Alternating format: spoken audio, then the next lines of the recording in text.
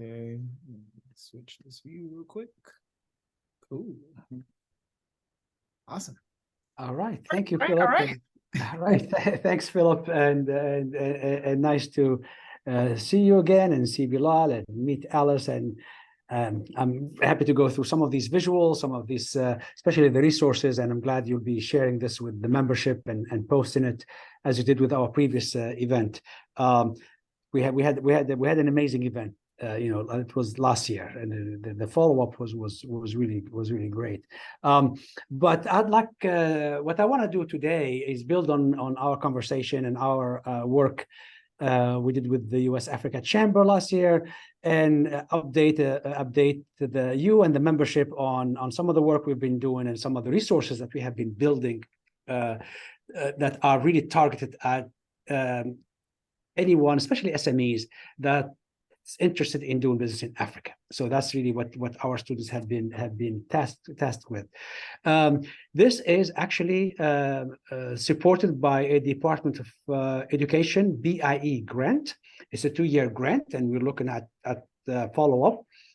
And BIE stands for Business and International Education. So this is the Department of Education kind of role to promote education in business and to promote internationalization and to link academia, obviously, with business. You could see this in our proposal that was accepted. This is what we have done. And what you see here is our 3 anchors for that grant. So we are talking about, of course, first and foremost, as an educational institution, Georgia State University, the Robson College of Business is to develop a globally competent workforce, right? So that's really what this initiative is all about. The second one is a university to business collaboration. We want to develop this competency. Yes, this is the human talent, the human capital of the future, of course, but we also in the process now create these kind of business university collaboration and linkages. And the third anchor for our proposal that was accepted and funded is to develop and support SME exports into Africa. So we added kind of an extra angle there. You see Africa in red in the first, second, and third objective because our entire proposal is focused on Africa as the last frontier for as emerging markets, and also as I have talked about in my class. You probably remember that, Philip, is a lot of what we use in classes, a lot of what we discuss is Europe, North America, Asia. Africa tends to be undercovered in scholarship, in teaching, in pedagogy, in partnerships. So we wanted to address that. So that's really where this kind of this whole initiative, this whole project kind of came in. And as you recall, this came in a few years ago when we were putting the proposal, but this is the reality of a few years back. You're looking at the riots in France, right there on the top left. You're looking at Hong Kong, this demonstrations in Hong Kong and all of the riots against the government. You are looking at the top right there at airplanes. Remember during the COVID pandemic, airports became parking lots for airplanes, right? And at the same time, there are destinations we cannot visit, like Cuba or Iran, some amazing places that are out of reach for us in academia. So because we wanted to develop competencies, we wanted the students to experience international business, experience internationalization. Quite often, this is done by physical presence. So we send our students on study abroad. I lead study abroad myself in Morocco, in Egypt, a couple of projects there, and South Africa. So I take my students every year to South Africa with my colleague from the Andrew Young School of Policy Studies. But taking students outside, traveling with them, bringing them physically has been a challenge and something that we really notice is not as sustainable. So because of these things that I shared, these type of challenges of doing business across borders and doing business in other markets because of pandemic, because of political risk and everything else. So we opted for something called virtual exchange. And I know, Philip, you remember this. I talked about our partnerships, virtual exchange. And virtual exchange or collaborative online international learning is what we do. We bring our students into virtual teams with our partners. we are fortunate in that there is a lot of interest in working with Georgia State University. And over the past few years, we developed a portfolio of partners and partnerships, and our students are now able to do the work, research in markets, assessment, opportunities, things like that I'm going to share, but in a virtual setting. So now we are able to develop global competencies. Remember the three goals I mentioned at the beginning: develop global competencies, technology skills, all of the things that we want to develop, but in a virtual context, so that students and their mentors and advisors and practitioners can meet and do the work in a virtual space. This is called virtual exchange. It's a big umbrella term. Other schools call it the collaborative online international learning. So this is really the work I'm going to share with you, and the output is really within the context of virtual exchange. And it was built into a course. And as of today, we have 500 students from Georgia State University working in teams with their colleagues from around Africa, but now we expanded beyond Africa. We're expanding this to emerging markets. Africa still isn't the anchor, but we have expanded this beyond that. So what is virtual exchange? Not to make it academic. Virtual exchange is really a way to say that we are going to get things done, but virtually. So creating the platform, the resources for students to meet in teams.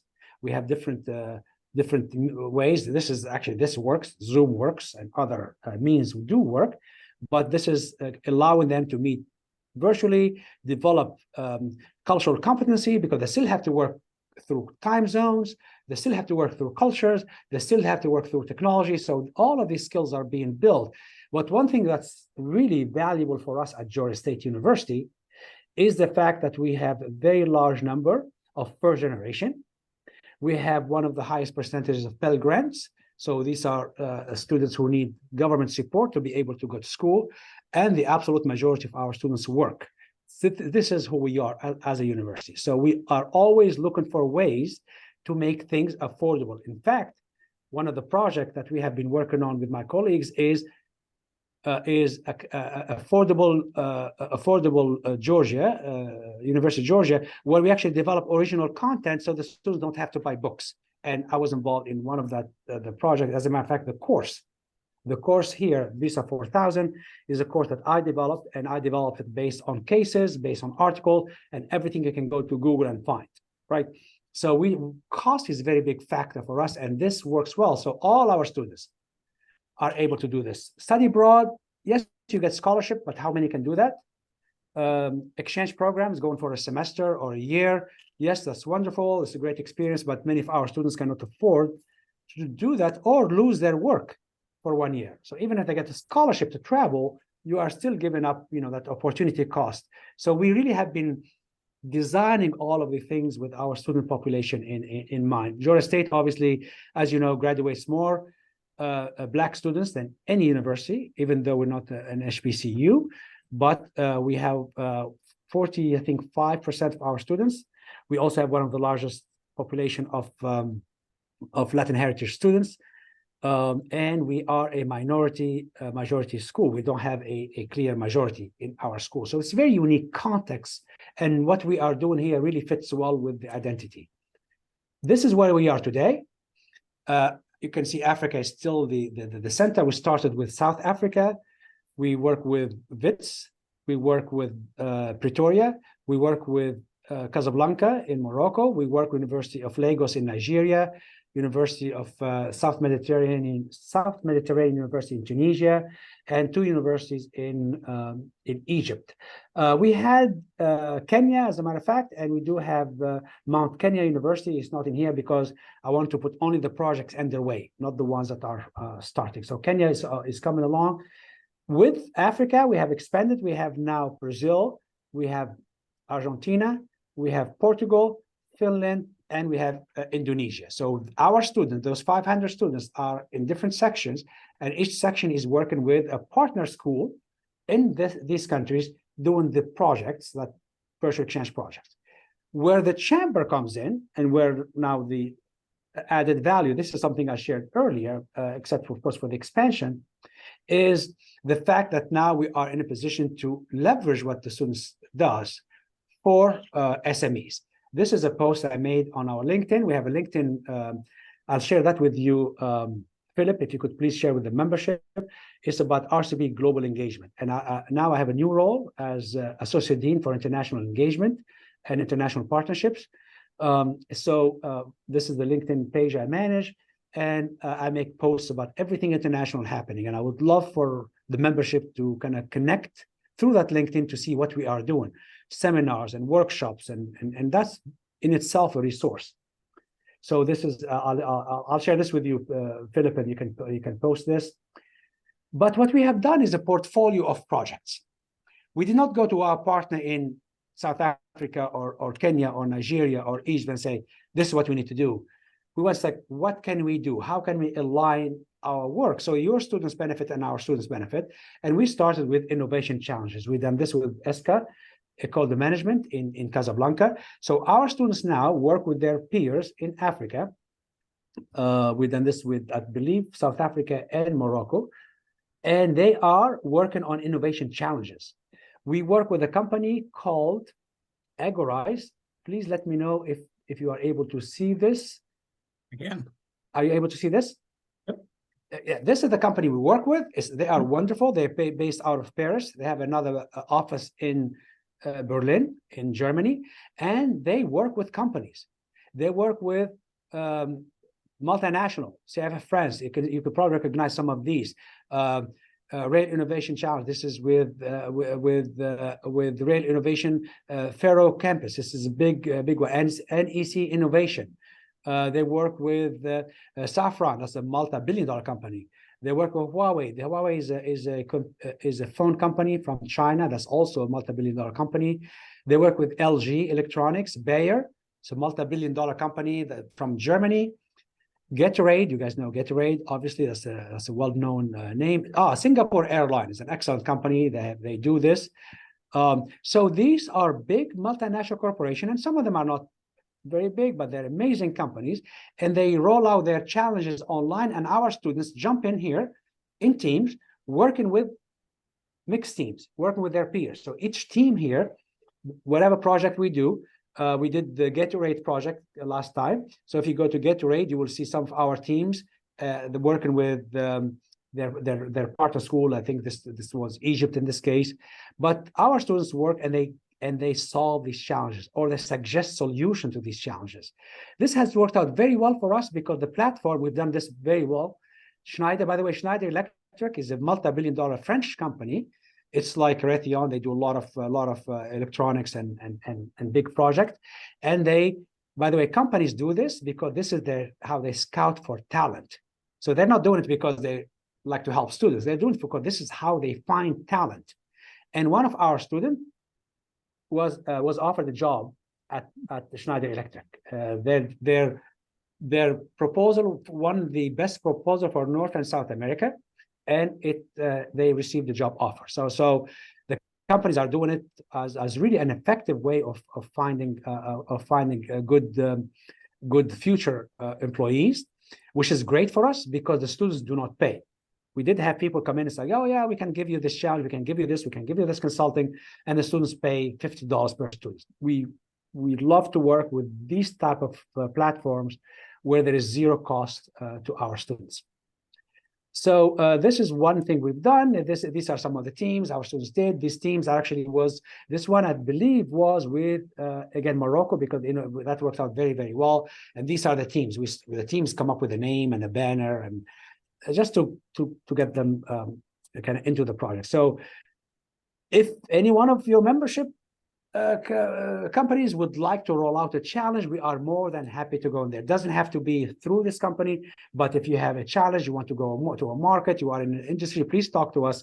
We'd love to build this into the next cycle and have the student jump in there and offer solution. We've done this for a company in Atlanta called Princeton's Healthcare. Don Williams, you might know him, is the CEO for that company. So this is an area I wanted to share today to let you know that there is a resource that our students can work in team. And by the way, this is not We don't guarantee you a 10% increase in your bottom line.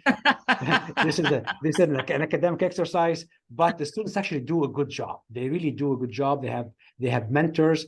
They have a resource guide available to them. We work with the GSU library. We have tremendous resources, amazing resources, and they are very well supported. So, and we have always received good feedback on this. So, Philip, I would like for you to help me recruit some of your folks in the membership who would like to.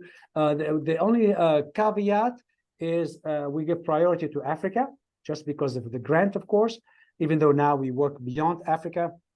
But also it has to be international. So if you are a company that wants to expand to California, that is not our project. That's not for us. So it has to be international in nature, and we give priority to expanding into Africa or an African company that wants to come here. So that's another one.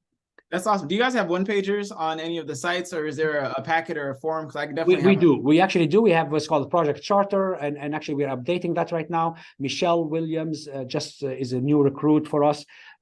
She is my basic assistant. She is the international program coordinator, and she is actually working on these new forms, and I'll share that with you. So give us maybe a couple of weeks, and then you can share that with the companies. And we had the Project Charter before that we use, but we need to update it now. Okay.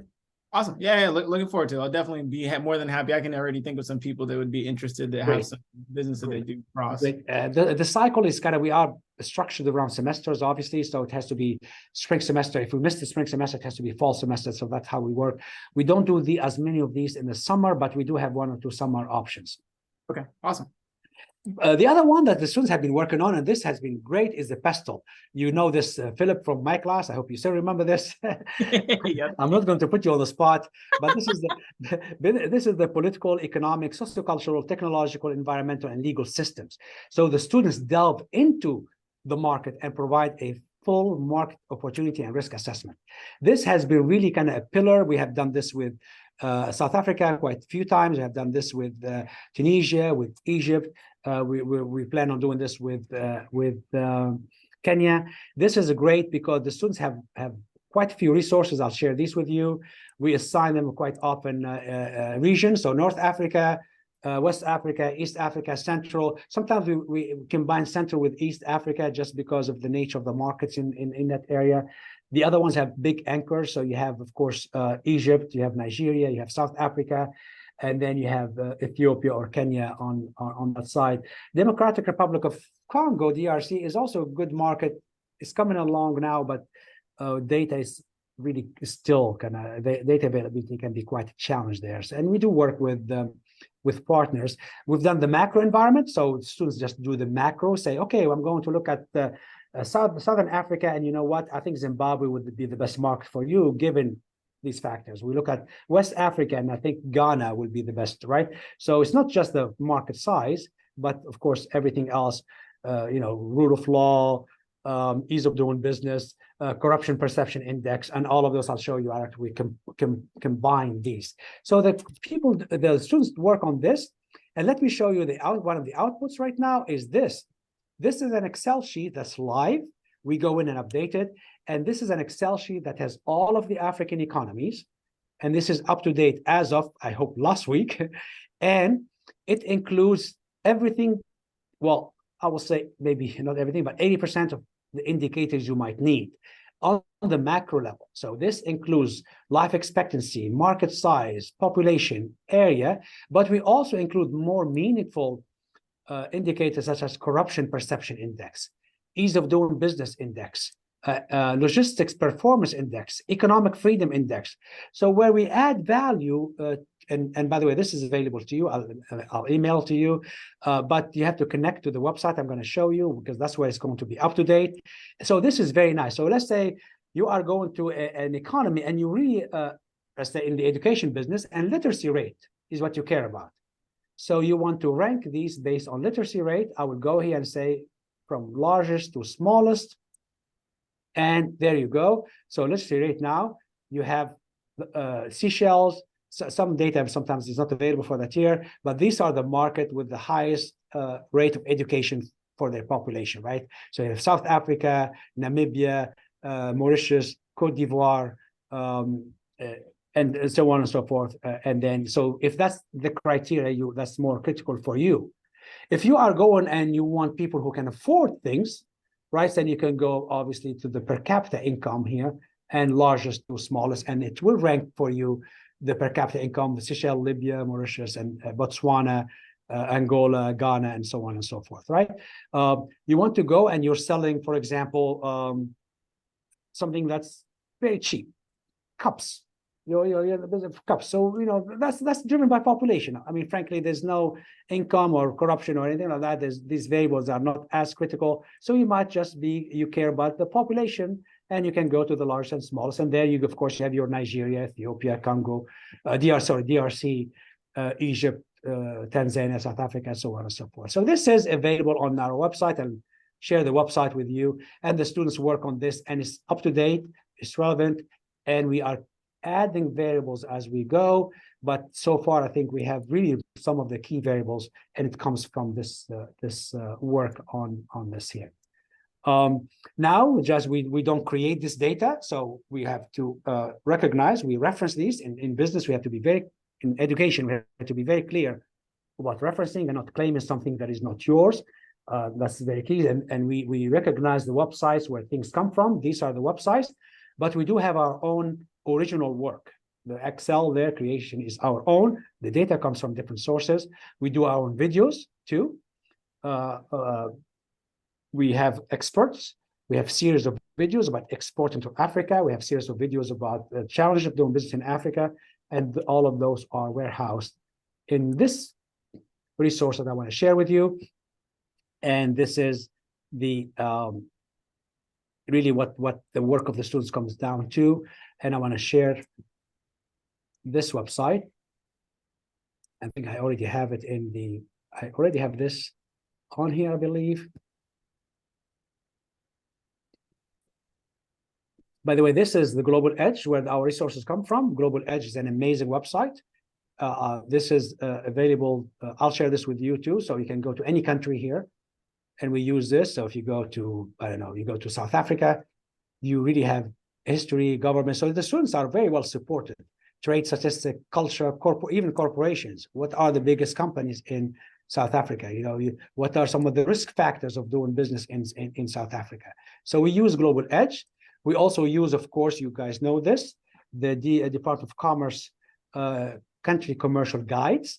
These are really wonderful resources. If I go to Africa and I click on Cameroon, for example, then what you have is the country guide. The screen is too small. It's a country commercial guide for Cameroon, and it has everything you need, doing business in Cameroon, customs and regulations, selling American products in Cameroon. So students have access to that. I also like this one. The gentleman who is lead on this one is called Export U. It's a project that's readily available, and this has one of the best resources for export. They have what's called Export Database, and here you have guidebooks, export basics, fact book, trade statistics, trade article. They have webinars too. So we leverage these. So we want the students to work, but so we want to be kind of the warehouse for all of these, but add our own touch, add our own update, and I'll show you where we feel we add value. This is the website, and this is what I want to share with you today. So this is the website that we have put together. It has not been published yet, but this website brings all of those resources together. We call it a Business Passport to Africa, and this is the introduction. The introduction has this nice picture about the passport and Africa in the background, but these are the countries: Egypt, Nigeria, Ethiopia, Morocco, Kenya. So these are the countries that are portals. Each one of these takes you to the country, and each one of these students have worked on each one of these countries. And what they have worked on is available here and is going to be up to date. And so these are the countries. Then we're still working on countries and some general resources for all of Africa. I'm going to show you South Africa is first here. So let me give you an example. This is South Africa here. And you can see we have a video about export to South Africa. This is from the Department of Commerce. This is Global Edge South Africa. I showed you Global Edge. So it's amazing resources. We just provide a link to it. This is where we think we can add value. News resources in South Africa. if you want to keep up with what's happening in South Africa, if you want to do business there, learn about the market. It's not just about the data, but what's happening on a daily basis. So now if I click on that one, these are the news sources in South Africa that you can follow on a daily basis. We are fortunate today in that almost every country has English language newspaper. South Africa is not an issue, of course, but even if you are doing business in Morocco or Algeria, what have you, you will find English language newspapers in addition to Arabic and French. And this African news here, Financial Mail is a good one. I read on a regular basis. So this is a good resource. The other one is the World Bank. The World Bank is also great because if you want a portal of data that might not be available from what I showed you, then the World Bank is great. The World Bank data, I think if I see where I have it here, otherwise I have to click on it. Yeah, here, this is the South Africa, and it has social indicators, economic indicators, business indicators, political indicators, and this is just basically, this is misleading because this takes you into another planet, literally, of information on it. Back to that, where we could add value to is share on our website trade shows and major business events taking place. So if you are traveling, maybe you can schedule your travel around when things are happening, and trade shows are here. And you could see here, these are the main trade shows happening in South Africa. There's one about coal, about oil, tech there. I don't know what FESPA is. I don't know, it's something about printing. Oh, it's about printing or something. So all of these are the trade shows happening in South Africa. And I think this can be very valuable to membership, of course, your membership, but also to so this is the kind of work students do. I feel can be of value. And then the other one we add is the pestle. Remember the pestle, right? I showed you the pestle. It's here, so you can click on this one, and I'm going to see open a new tab. And here, the pestle. This is the political legal system of South Africa.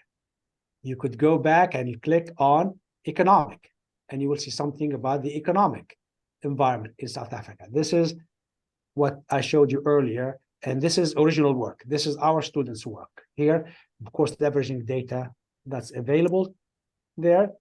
And then, of course, we feel that this is helpful to everyone. The U.S. Embassy in South Africa, consulates in South Africa, American Chamber of Commerce in South Africa, the South African Chamber of Commerce. On the front page, of course, we have your organization, but that's Africa-wide. So the front page is Africa-wide resources. This is where I have the link to the U.S. Africa Chamber of Commerce and of course, the Atlantic Chamber. But these are specific to South Africa, and a couple other resources, ease of doing business, what have you. All of these, by the way, if you go to other countries, you go to Egypt, it's the same story, the same way. So I'm very keen. By the way, it's not published now because the students is working on this. I can go to Egypt and go to the one that's not published, click on it, and you can see it here, right? So I did not publish this because our students, as we speak now, are working on the same thing as I showed you. So this is really where we feel we can make a difference, is pull these resources and have them available. There's no fee for this, of course. It's all about partnerships, and our partnership with the chamber goes back, it's about a year and a half. We started talking, Philip, and it's something that we're happy to support. Keeping in mind, of course, that this is, I mean, you probably don't. This is actually, remember, developing global competencies is what we're in the business in, right? We are in the business of developing student global competencies, and we want to focus on Africa. We have to show the grantor and we have to show the university that we are making a difference. We have to collect data. We have multiple data tools. This is an instrument we use called, it's a global competencies instrument, and it's a 5-item scale. We do pre and post, and I'm happy to report that, yes, we do make a difference, and students score much higher in general on these dimensions of interaction, of knowledge, of respect for other cultures after their projects compared to when they start the course. And we also do analysis of the reflection essays and collect data from the students. What did you like most? What was the difficult? The difficult things are logistical aspect that everybody faced, time difference, of course, One of the students says, when we're ready to work, they're already asleep. So, hey, that's international business, right? Our job is not to make things easy, is to make things real and make them, valuable. So it's fine. Technology is a challenge and things like that, but I love the positive aspect. They love the exposure. They love the relationship. They love the group dynamic. They love the competency they develop. They love communicating. So the colorful ones are positive. The gray ones are negative. This is done through a software package called In Vivo. And we actually have a PhD student who does all the data for us because it's massive data. We talk about hundreds and hundreds of students. So this is for us, of course, but as far as connection with the business community, this is very soon, this is going to be published. And I hope you put this on your website and it's accessible to everybody. And it's always up to date. So this is not something that's static. It's something where every semester the students are going to be working and sharing this with you and with everybody else. That's awesome. So I hope that was, that was like almost like a marathon, but I hope, the idea is to, provide something that's valuable, right? For the membership and for the chamber and for the students, of course, right? Definitely. For the partnerships the Georgia State is collaborating on in countries in Africa, what does the normal onboarding timeline look like when you guys identify a new university in a country that is looking to collaborate virtually? It depends. I'll give you two examples. One example is with Nigeria. It went very smoothly. As a matter of fact, we met the gentleman at the Buckhead here. I am at Buckhead. We met the gentleman here in Buckhead at the Faculty Development in International Business that happens in May. So the gentleman joined us at the Faculty Development. He's from Nigeria. We have this workshop that helps professors kind of develop their teaching skills and research skills further. And we just chatted on the side, just like we did. We chatted on the side about what we are doing, and he was very interested. And he said, "Can we do it this semester?" He's talking about this semester, fall semester. So in a few months, we have our students now working with his students. We have 45 of our students and about 60 of their students, 100 students working together in teams. So that this few months, 3-4 months, just happened that our conversation was right before the semester started, right? Have the semester started, we'll have to wait for that's how we work. Others take a little bit longer. Kenya has been, for some reason, slow. We were ready to do a project. Then the person that we are in contact left. Sometimes these are personal relationships too. I mean, let's face it, it's also the drive of everything is sometimes personal relationships. And when that person kind of moved away from this project or from this university, I believe you have to restart. So sometimes it boils down to that's why I'm very keen as associate dean right now that these are not personal relationships only, right? That these are institutionalized. So so now, for example, I show you that graph of how many partners we have. We actually have 6 faculty members working. So now it's no longer me driving this, which that's how it started maybe in the beginning. But now it's Salamaudi Faria, my colleague, is Fernando Doria, is Edward Wang, is Reyes Vivas, and it's all of these faculty members, and each one of them is driving a partnership, right? So now we talk about Georgia State, the institution, not just a grant that I was happy to receive and drive. So as soon as I build this relationship, someone steps in and kind of pass it along to them. That's the only way it's going to be sustainable. Otherwise, it's, if I get sick of Georgia State, the project disappears. That's not what you want, right? You want this to be university initiative, not individual initiatives, and we are all dispensable, right? At the end of the day, we want to make sure it stays. Yeah. No. When it comes to some of the programs that some of the small businesses are offering that are interested in intercommerce travel, or maybe they're already doing intercommerce business in general, what does the onboarding for that normally look like timeline wise? I know you guys are working on some of the other back-end stuff to get out there, but for the people that have done it thus far, what did it look like timeline wise as far as onboarding and then getting the students there? And was it only students that were located in the same place, or in some instances was it purely virtual where the students were interacting? The students' work is pretty virtual, but some of the classes are in person. As a matter of fact, in some of the classes where I teach in person, I have brought students via Zoom. So they actually can see the whole class that is set up where, and then they can see each other and talk and chat and ask questions. So we do have those type of, and sometimes just like this, what we're doing right now. So when we have a virtual class, sometimes, and actually I found that this works better. Sometimes it's nice to meet in a class like that, but this works much better because I can create teams, right? Groups. I can give assignments. I can share documents. So it's easier to run it like that. But as far as a cycle, again, if we can take on a couple of projects, we can have them ready for spring. Our spring starts in January. And quite often the spring for our partner starts around the same time, January, February. So the schedule is pretty good. And then we put the students in teams. So for example, maybe you have a project where it's in North Africa. Maybe we'll go to maybe the team in Morocco or Tunisia, or maybe Egypt. West Africa will maybe work with Nigeria. And it's not necessarily like that. It doesn't have to be like that because the resources are available. We are very well supported by the GSU library, and all of the resources are shared with you. So the project charter should be defined in January.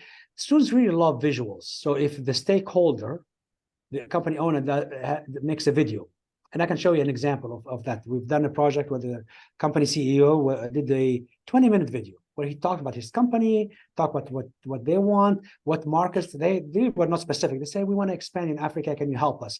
Right? We can do that too. So we can do the general. And for your industry in healthcare, these are the countries that spend the most on healthcare. These are the companies that have allocated the more budget. These are the companies that are in dire need of healthcare, right? These are the companies that, so that we can, countries, sorry. So we can do that. And then, a couple months. So if we are able to roll things in by the end of January, the first couple of weeks are crazy, getting the classes together. Then, by end of March, mid-April, we have a deliverable, right? We do benchmarks, of course, right, along the way. So touch points where you submit the draft, you submit the resources, you submit and we review that, and then the final project is presented to the company.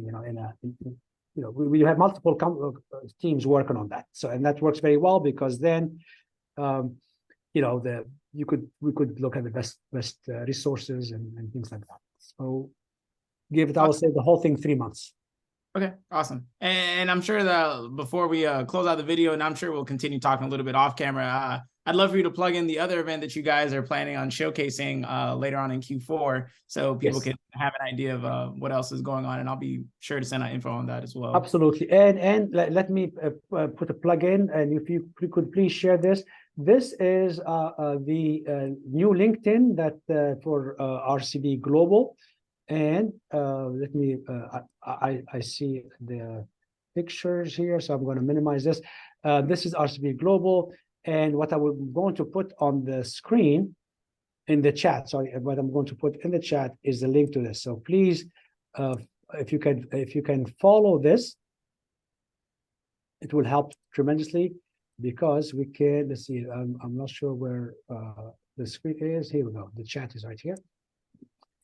And if you can share this with your membership, and this is where we share events, but maybe speakers, student projects. We're going to share this on here on some of the work we are doing. So it's great to kind of stay connected. And this is a great way to, if you look at what I'm doing, is a lot of what I'm sharing here is not just specific to the student, but also relevant to companies, right? So I would love to see more and more practitioners and companies, involved in these type of knowledge sharing, at least information sharing. Awesome. And then the event going on later on this month, or is it next month? We're in September. It's next month. Next month we have a showcase, and please bring as many people as you can. There is what's called an International Education Week. It's nationwide. It's celebrated by almost every university in the United States. The International Education Week is an opportunity to celebrate international collaboration, international work. We have an event on November 9th from 10 to 12 noon. We do it early, so because our partners are going to join us, so we will ask our partners from Nigeria, Kenya, from Egypt, and from even others, Turkey and Brazil, to join us. And the students are going to showcase. So this is a heads up. They will be talking about some of this, but from the students' perspective. So we want the students to talk about working in teams and how it is working in teams. We are inviting students from our partner schools, so Moroccan students, Nigerian students, Tunisian students. So this is going to be focused on Africa only. We're not. I don't think we'll be talking about other schools because we don't have any deliverables yet. We just expanded now beyond the grant. So we will see our students come in and share their thoughts and their experiences and how this impacted them as future practitioners, future managers, and future business leaders. So I am looking forward to that, and I hope to see everyone in our partner US Africa Chamber join too. Definitely. Well, yeah, we were working on the visual. Michelle is working on that, so I'll share the visual with you as soon, of course, as it's ready. So I'm looking forward to that. Okay, awesome. Well, in lieu of that, I think we'll continue talking a little bit off camera, but I'll go ahead and stop the recording. So thank you so much, as always, for coming to share some of the awesome stuff Georgia State is working on, the collaborations that are here. I'm excited to see some of the projects and programs we're going to be able to bring together with some of the people that have international businesses and just all of the resources that are there, like that compilation of data and all the indices as far as understanding how and why you should go into particular business where, or how to it's market research that's done. And that's like, that is the kind of work that takes a lot of time. So I'm sure whoever's doing some data science behind all of that has got their hands full. yeah, they're busy. Yeah, we keep them busy. All right, let me